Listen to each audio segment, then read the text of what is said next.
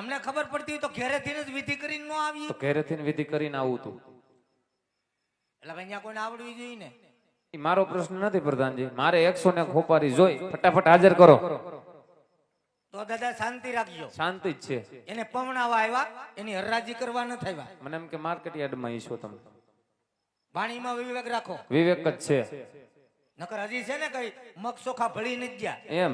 હા નકર શું થાય એમ છે. જોવું આ જોવું જોવું જોવું. પછું ઉભો થા. હાલો ઘર ભેગું થવું. હાલો પોટલા બિસ્તરા બાંધો.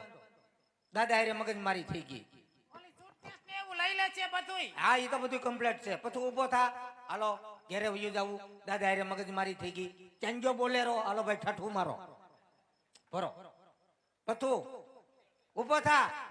પથું પથું હજડ થઈ ગયો.